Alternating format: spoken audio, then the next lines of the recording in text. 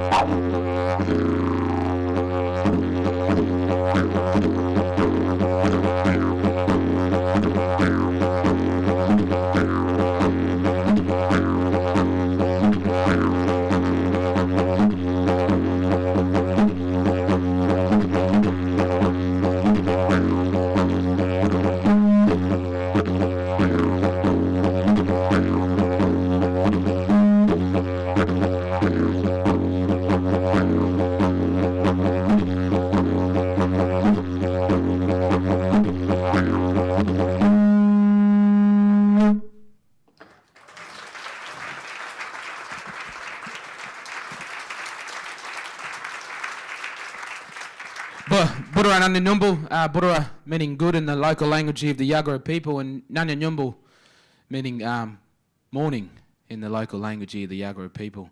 I have a great honour here today, this morning, to be able to share and do a welcome to country on behalf of my family, part of the Sandy family. I'd just like to acknowledge my elders, past, present and emerging, and acknowledge the teachers and permission of giving welcome to countries here on country. Acknowledge Uncle Des Sandy, one of the great elders of our family. They passed majority of the knowledge on to the next generation, people like myself, to be able to continue our great way of welcoming people to our country and keeping our stories alive.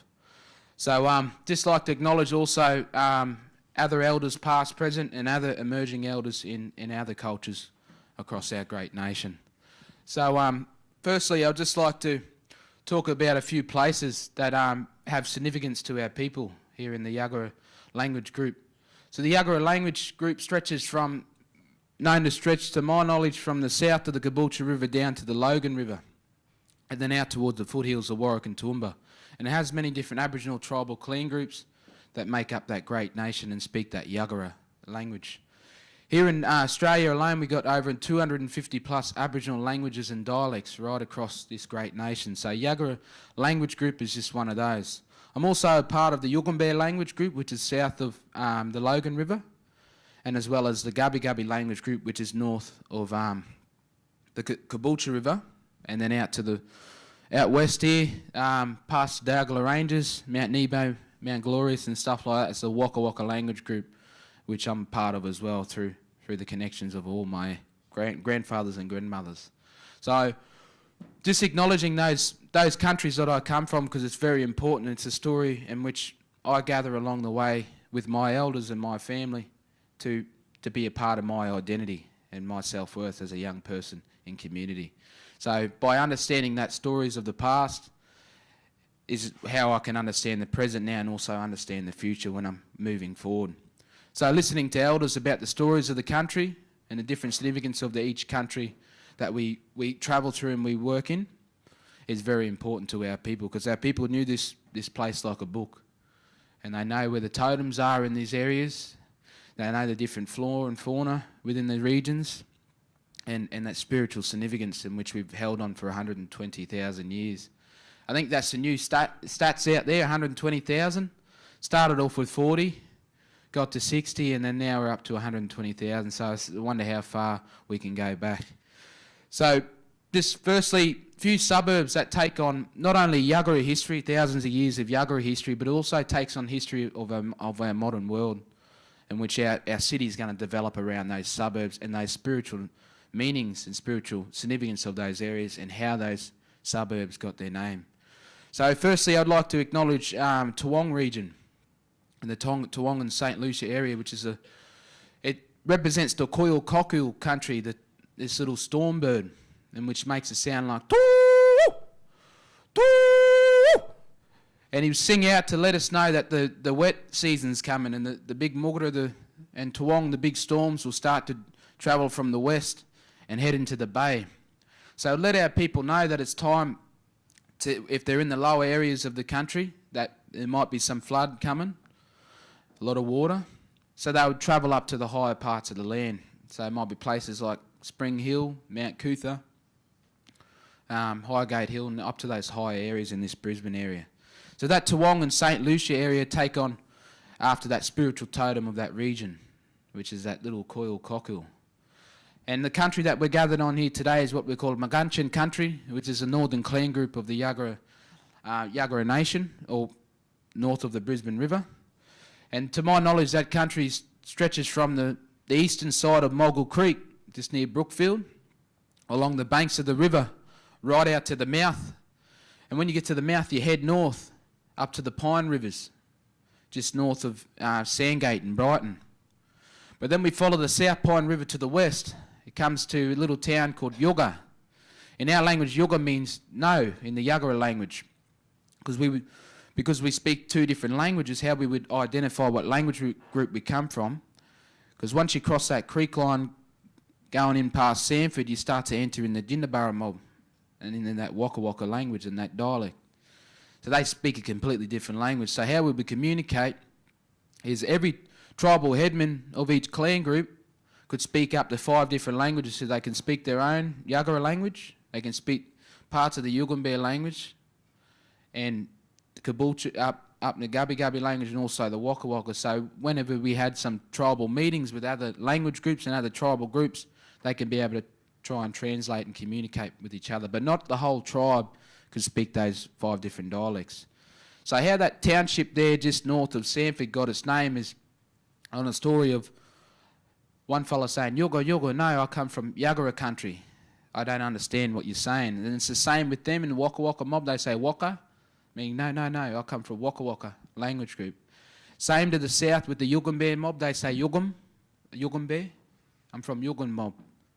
So that's how we used to identify and let each other know what language group we came from.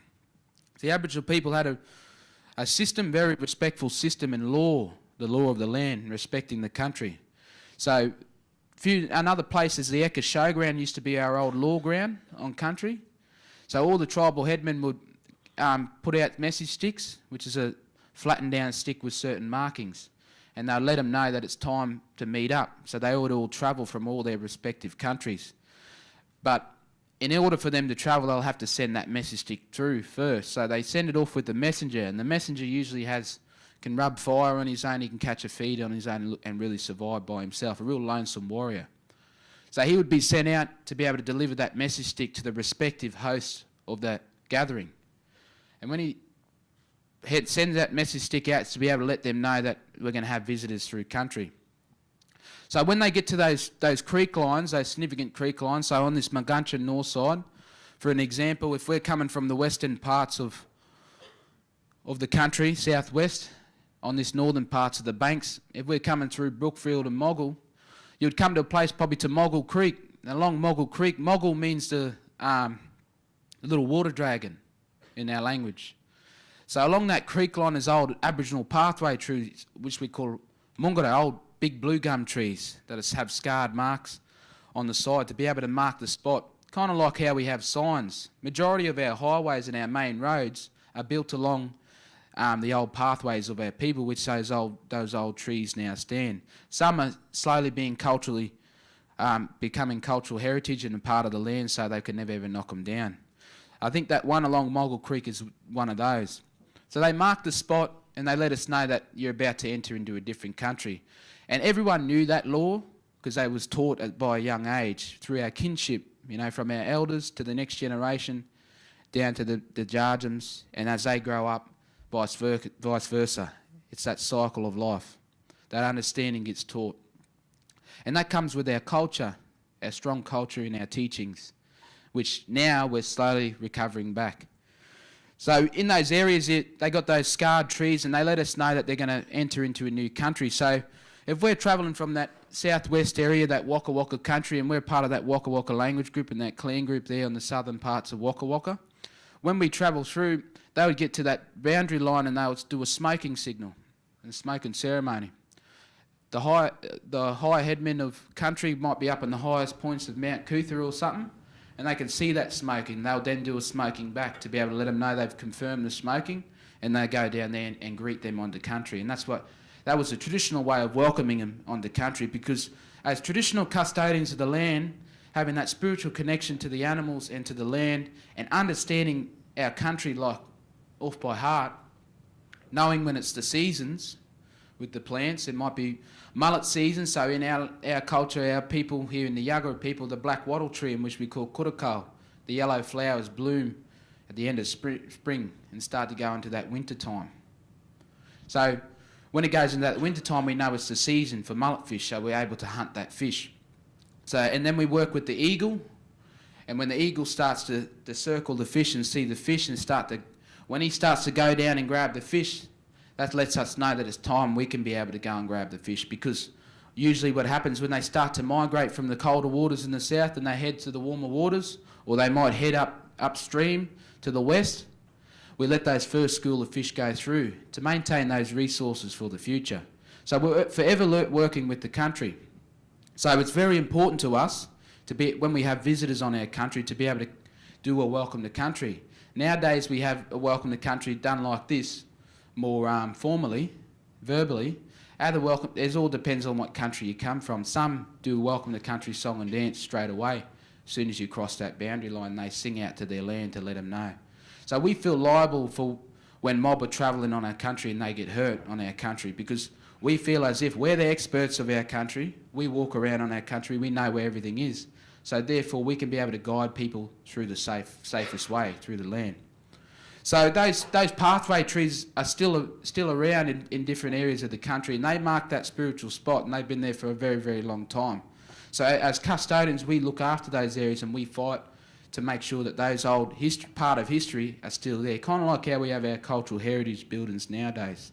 So with a lot of development and that, a lot of stuff in community, it gets real tough. So we're out there trying to protect that ancient history of our people.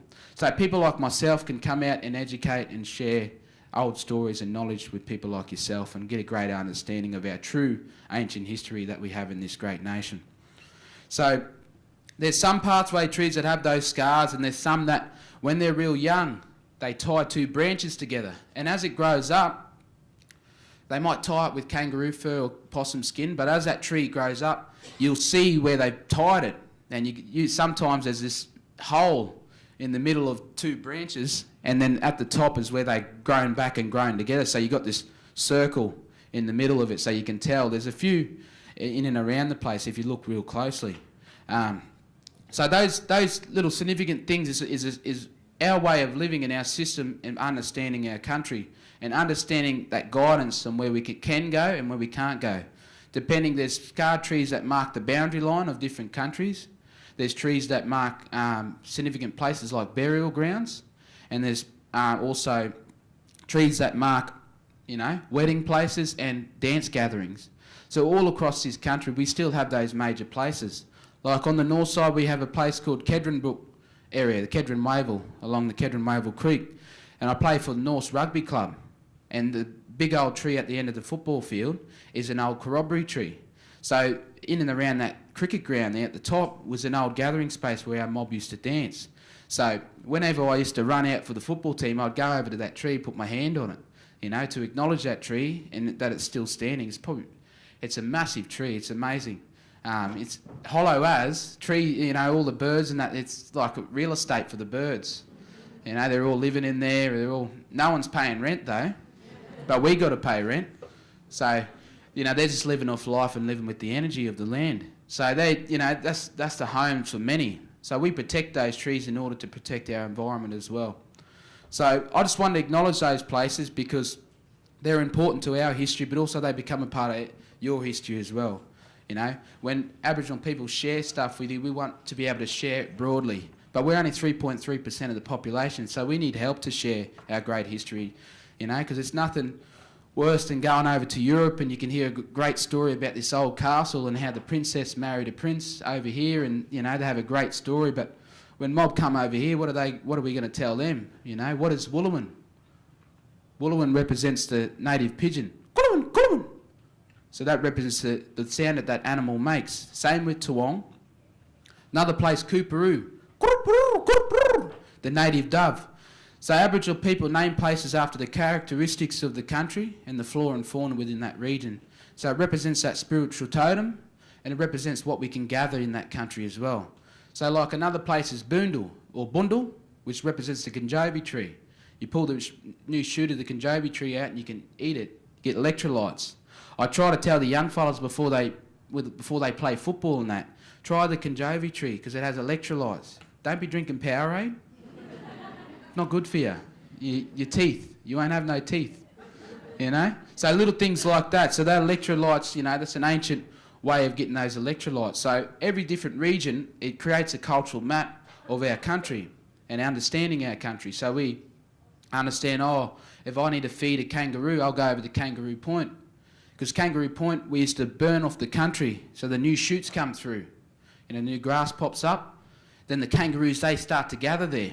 And then we start to herd them into that cliff face, the cliff there, and we can be able to hunt them much quickly. But we only take what we need in order to survive, and that's how we keep our resources and maintain our resources for the future. So that's a bit about my country and how we look at the country. Even though there's buildings going up and there's everything going around, we still look at our landscape of our country as a cultural map, and we want to keep that history alive for our young people and our grandkids and our great-great-grandkids. So we can hold on to that ancient history of that knowledge, but also acknowledge that we're moving forward and we're growing and we've got a modern city nowadays. So it's a great honour for me to be here. I'm thinking I'm carrying on a bit here. She's about to cut me. I might be the new MC. So sorry for carry on, but I hope you learnt a bit today. On behalf of my family, it's a great honour to be here, to be able to share a bit of the history of our ancient history in our modern cities. Feel free to go out there and share it with many. So in my language, I like to say Balka Burra Nuguru, which means calling out to the good spirit to join us here today. Balka Barabang Narang Nuguru, calling out to the grandmothers and grandfathers spirits to join us here today, to look after everyone whilst gathering on country, and calling out to Balka Migan, which represents the water lily of the Billabong here at Gardens Point, in which my great-great-grandfather was born along here in Magunchin country. So inviting that totem spirit to look after everyone whilst gathering here. So thank you. Nay Malacha Nidananya Dagan. I'd like to welcome you onto my country and I hope you all have a good day. Nana Ninja. Thank you. Thank you, Derek.